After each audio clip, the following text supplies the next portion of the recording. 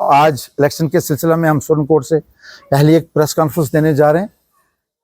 जैसा कि आप सबको पता है कि ऐसे कैंडिडेट जो भारतीय जनता पार्टी ने सुप्रीम कोर्ट से मैंडेट दिया वो किसी तारुफ के मोहताज नहीं है। सईद मुश्ताक अहमद बुखारी साहब, जिनका इस कौम पे बहुत बड़ा एहसान है।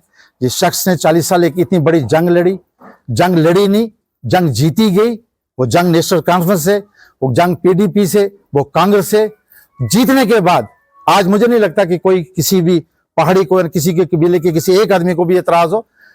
बहरहाल जहां तक लोगों के दावे थे उसमें हमीद मनाज साहब हों, मेहताब बुखारी साहब हों, सुहेल मलिक साहब हों, मुझे खुद भी शौक था कि हमें भी पार्टी मौका दे। तो बहरहाल पार्टी का फैसला आखिरी फैसला है। वो पार्टी जो नेशनल लेवल की पार्टी है, वो पार्टी जिसके इन करोड़्स में मेंबर हों, वो इंटरनेशनल लेवल की एक बड़ी पार्टी है, बड़ी जमात मानी जाती है। तो उस पार्टी का फैसला हमारे लिए आखिरी फैसला है। तो इस सिलसिले में हम भारतीय जनता पार्टी की आला कमान, जिसमें स्टेट लेवल के हमारे रविंद्र रैना साहब हों या सेंट्रल कमेटी जिसमें होम मिनिस्टर ऑफ इंडिया जो अमित शाह साहब हों, नरेंद्र मोदी साहब हों, जिन्होंने हमें वो शख्स यहां भेज के हम पे एक एहसान किया कि जिस शख्स की कुर्बानी की वजह से आज कौम एक जगह खड़ी है।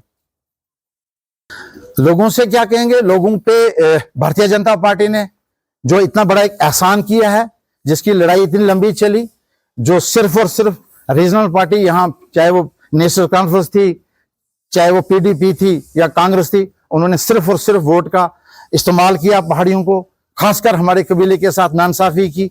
जो आज 40 साल के बाद भारतीय जनता पार्टी ने हम पे ये एक बहुत बड़ा एहसान किया। मुझे नहीं लगता कि इसमें कोई कंफ्यूजन है, कौम बिल्कुल खड़ी है।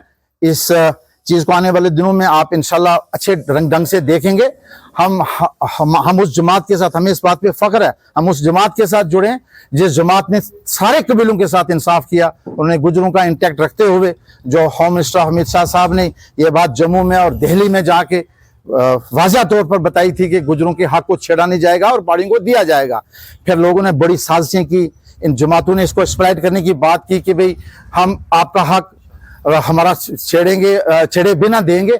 इसमें वो नाकाम रहे। आज हम बिल्कुल खुश है, पूरी उम्मीद हैं और इलेक्शन लड़ेंगे नहीं, इलेक्शन इंशाअल्लाह ताला जीतेंगे।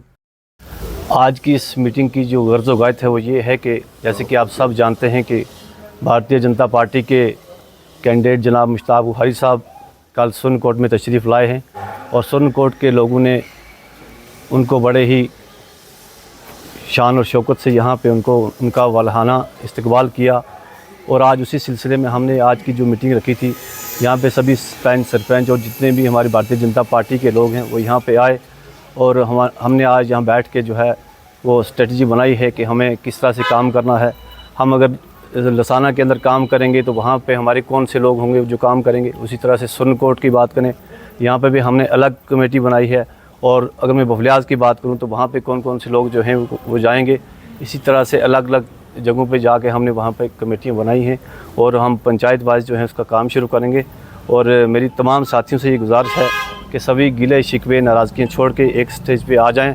जैसे कि सबसे पहले पहल जो है वो मैंने की है, उसके बाद माशूक साहब भी आ गए हैं, इनके भी गिले शिकवे थे, मेरे भी थे ज़ाती।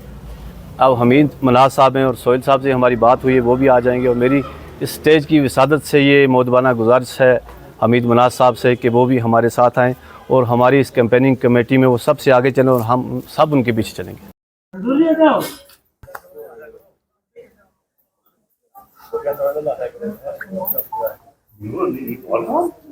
इधर आओ ना यार।